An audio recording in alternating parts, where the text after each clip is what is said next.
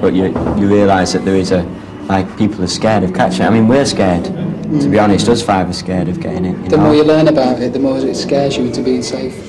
Yeah. It's good for youngsters to now realise that, you know, it's not just a problem for homosexuals, it's for everybody in the world. That's it. Press that AIDS has gotten the attention that it, you know, it's been given. I think people get a bit lax, you know, and I think it needs to be in the face more and more, more and more. I think the concert like this just brings the awareness level back up.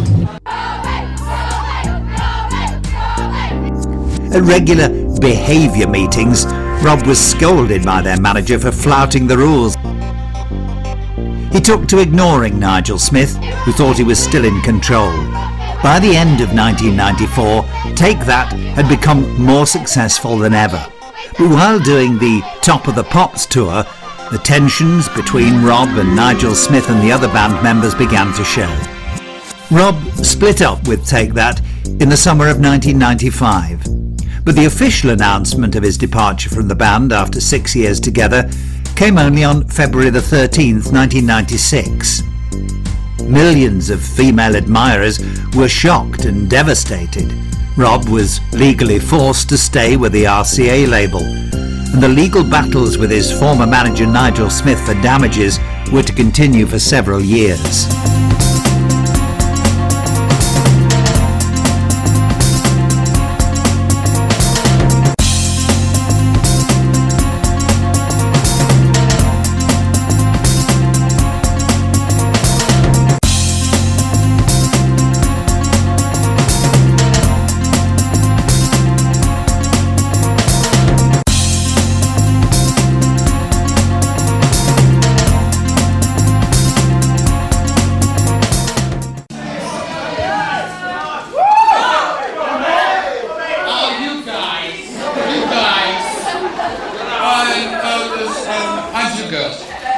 Football school in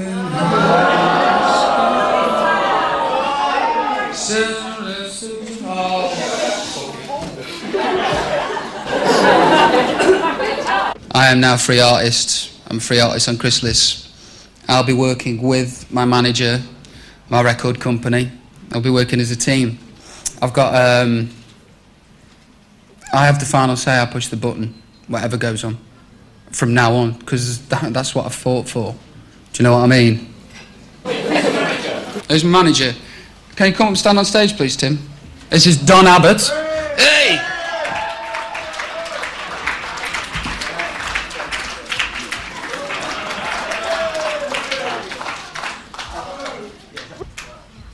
Can I have ashtray as well? Please. Next question. Does smoking damage your singing voice? It stunts my growth.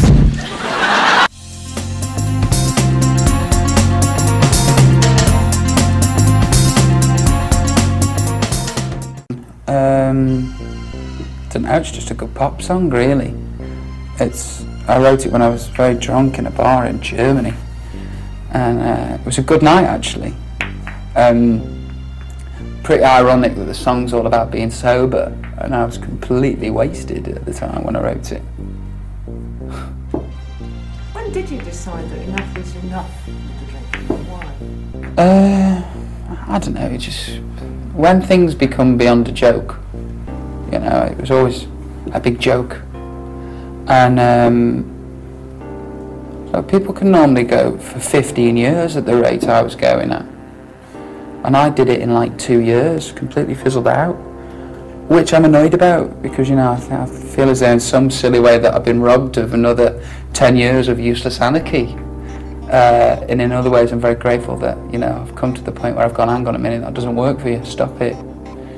There's no point where I went, today I've done enough. I think, you know for ages that you've done enough, it's just doing something about it. That'll be my dealer. I spent a lot of time thinking, well, am I an addict?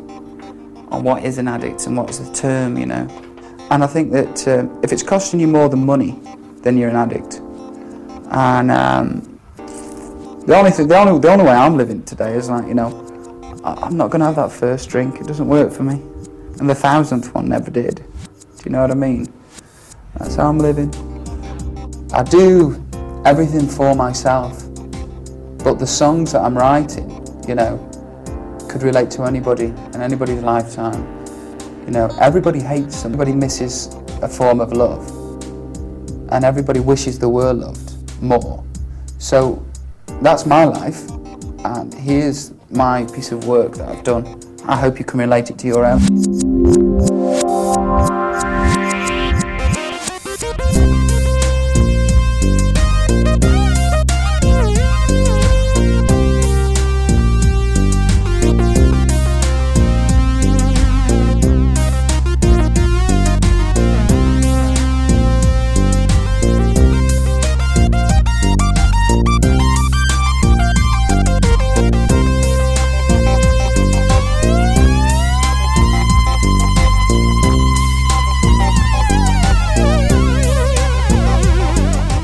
I think there's one that's coming on the album called Angels, and that's the one I'm proudest of.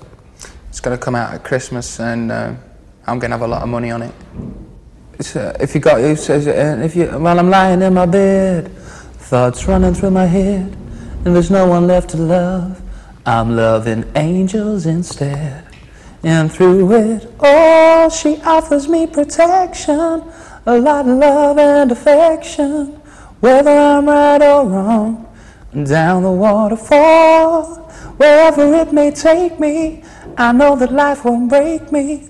When I come to call, she won't forsake me. I'm loving angels instead. It's about being protected. That's how they help you get back on track. If it isn't there in 20 minutes, I don't write it. And that angel song that I was singing before, that took me half an hour to write.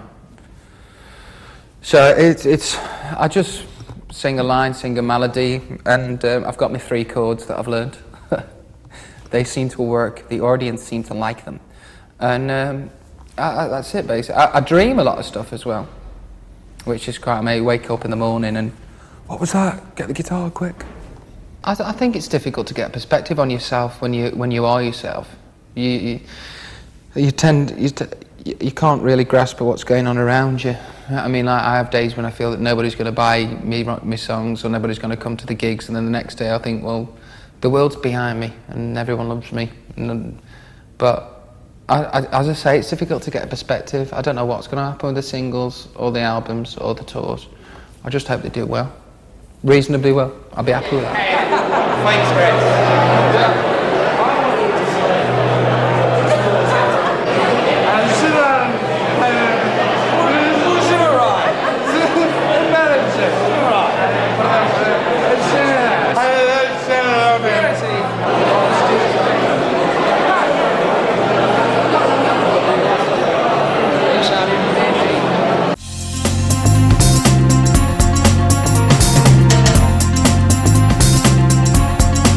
Look around, you'll see that the great and good featured here in the gallery now includes the likes of the Beatles, David Bowie, the Rolling Stones, Eric Clapton, and so on.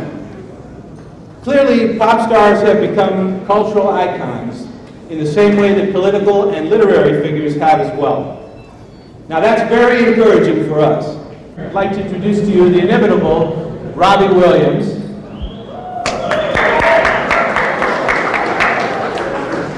Robbie, thanks for coming this evening. Oh, here he is. Hello. Hey. Hello, I didn't know I was going to be standing up, but hello to you all anyway. I'm looking forward to doing the show. Great opportunity for me, and great opportunity for MTV as well, so thank you. Thanks, Robbie. Yeah, we like to think so. With such a vast array of talent, I'm just honoured to be there. And being on stage with Gary Barlow, what's that like? Fantastic, it's good to see him again. He's wearing my top, but mine's a bit knackered now. It's really nice to see him, and also I saw Howard yesterday at rehearsals, and I'm looking forward to catching up on a few stories. Take that to reform for this. Mr. Williams! No, I'm sorry. I'm sorry, it's all I've got with me. You should have phoned me. I'm wearing some outfit. All right, cheers.